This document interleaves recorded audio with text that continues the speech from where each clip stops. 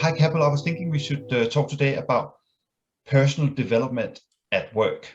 And I'm thinking about those two things where you got your, for example, during CPD, on one hand, you got, we're doing this to get the job done. And that obviously makes sense. And that's really important. But what often gets left out is the other thing. And that's personal development at the same time. That's often ignored. And I'm thinking about two things here. It's the difference between working in a group and working as part of a team. A group is a bunch of people working together. Everything is probably quite focusing inwards. There might even be competition between people to get promoted. And also you have this situation where the kind of progress that you're looking for may not really happen in the way that it could. Whereas if you're part of a team, you don't have dependence, but you have interdependence, which means you can work on your own, but you also work together. And the reason for that is because you've got trust between you and your colleagues, and you have common purposes and goals. What are your thoughts about that? Yeah, no, absolutely, Paul. Working with a team, you're actually, like you said, working towards a common goal. And that alone gives you that sort of drive, that confidence, self-esteem to be working more effectively together, not just as a team, but actually learning a lot about yourself at the same time. When you're working with other people around you, it just means that you've got more experiences, more characters, more knowledge at your disposal as well, which kind of makes you reflect on your own behavior. What do I know about this company today? What do I not know about this company? Who can I talk to? And therefore, with your team around you, you've got much more knowledge to actually work with. And as a result, it just means that you can actually get to your common goal much more quickly and more effectively as a result as well. And when you have people around you, having that same common purpose, as you said again, it's more like, I feel like a good buzz around it, because working in a team just allows you to feel like you're part of something, part of a big vision, let's say. Whereas when you're by yourself, you could be demotivated if you don't like working on your own sometimes. But when you're exposed to more people around you, it just brightens up your sort of horizons, because you're seeing more people there with you working towards that common goal. Yeah, I think that's true. And if you're looking at this concept of self-actualization, where sort of you have the highest expression of yourself and who you are, but at work, that's something I think that is truly special. And probably a lot of people may never experience that. So they go to work, they work 9 to 5. They are very comfortable in what they're doing, but what else? What else is there in it? But if you get self-actualization at work, you can actually express your true self within the task that you have to perform as part of that team. And I think that makes a massive difference to you as a human being, your general well-being, but also in a company. I think if the CEO of a company can generate that sort of understanding of self-actualization and giving the colleagues the opportunity to experience that, then I think you have reached something that's pretty unique. And I think when I talk to people in business, what I hear more commonly than not is that this doesn't actually happen. And I think that's a great shame. Yeah, that's a good point there, because when you're learning about a company and only about the company and what it does, it can only be confined to when you're working in that company.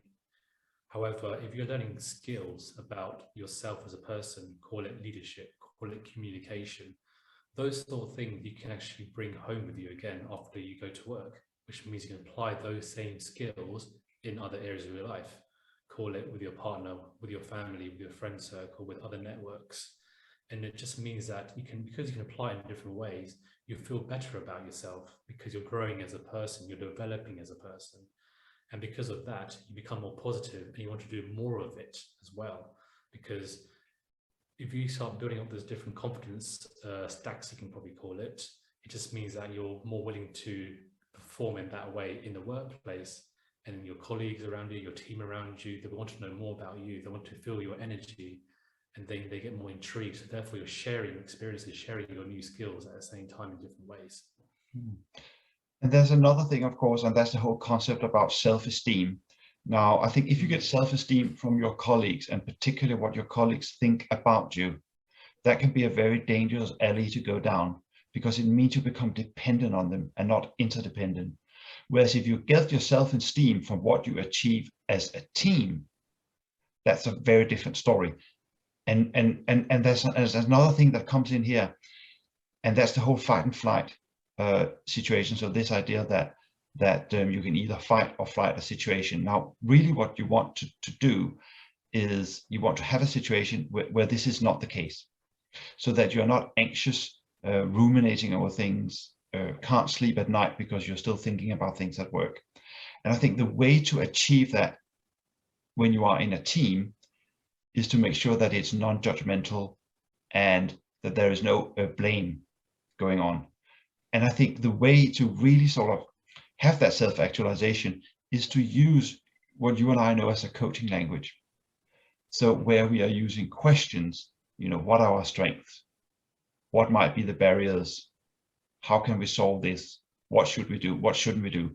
Using that kind of language as part of your everyday language at work will put you in a much, much better place and make you much more successful. And at the same time, having that scope for self-development. Yeah.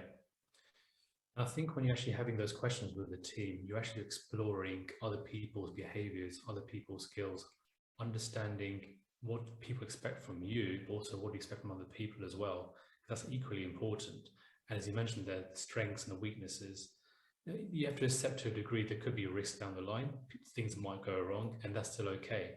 Because at the same time, it does mean you can find different ways to get towards your common sort of outcome, let's say. And that's quite important because that way you're being transparent. And therefore, when people understand where you're coming from, understanding, let's say, if you've got a particular weakness which you want to call out, or a particular skill you want to call out, that actually allows other people to know that they can draw skills from you and vice versa as well. And it's a nice way to actually exchange, how you want to work together in different ways. And just having communication overall is very key here, because that is the way to actually attain trust the best way, in my personal opinion.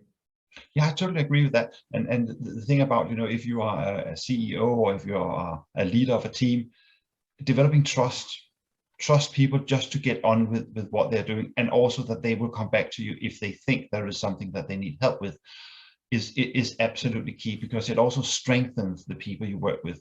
If you are shown that you're being trusted, that there's value and purpose in what you're doing towards your common goal, that will make all the difference.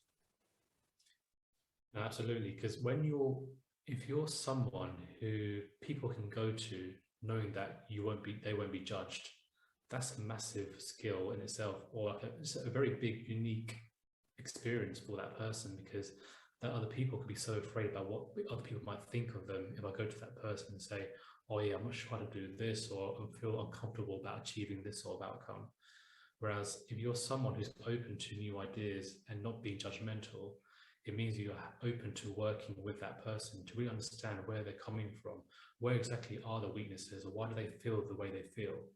And therefore, together, you're working out a way to work together to find a way to make it even better for that person, i.e., here's a way we can actually work together and therefore achieve your outcome, rather than belittling that person or saying, oh no, you can't do it, go somewhere else, or this is not for me to do.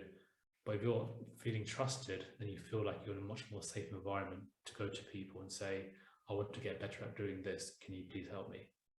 Yeah, and I think another thing that you were just talking about before, and that's risk taking. I think for anyone to be successful, there has to be an openness and a level of risk taking, and that can only be done in a transparent and trusting environment.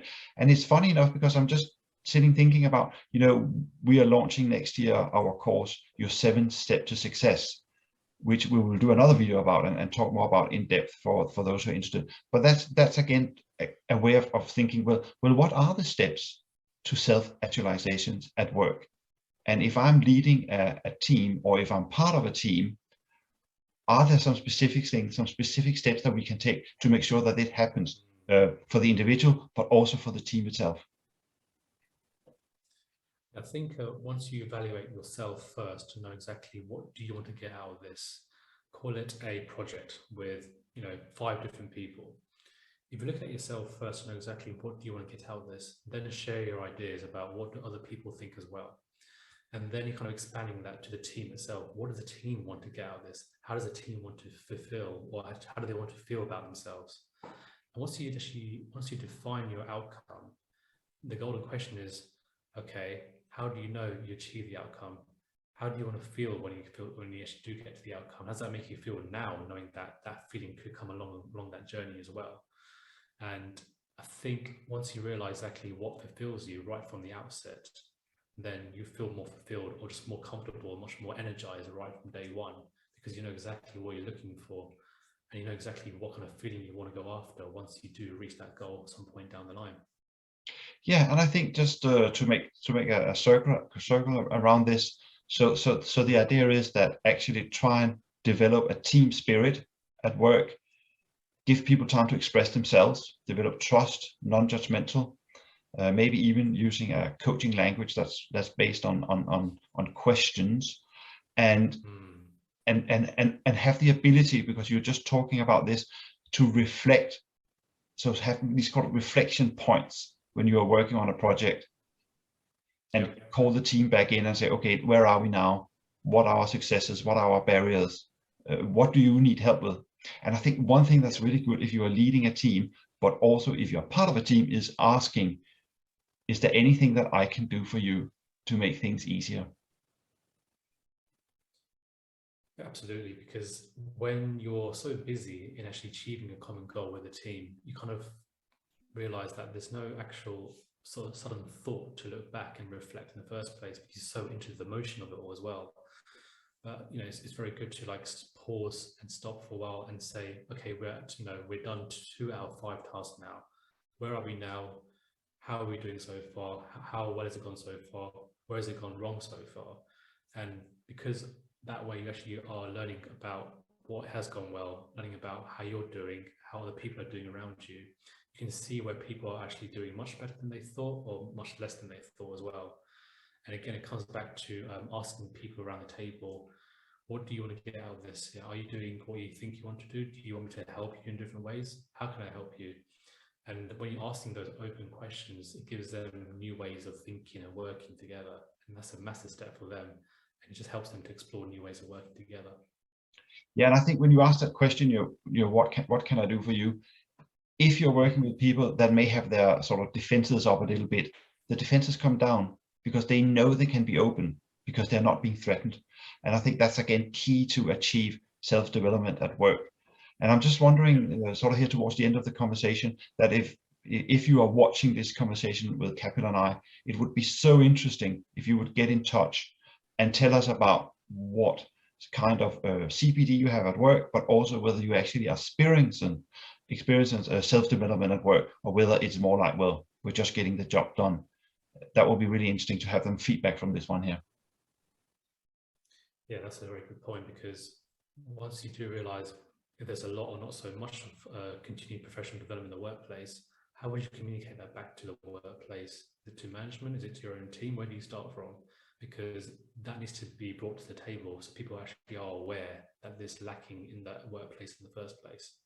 And once people do realize that, and actually do realize the benefits of actually having personal development as a new thing to the company, then that could be taken in a whole new way, in a much better way as well. So I think making people aware of that personal development aspect in the workplace is a quite massive step there.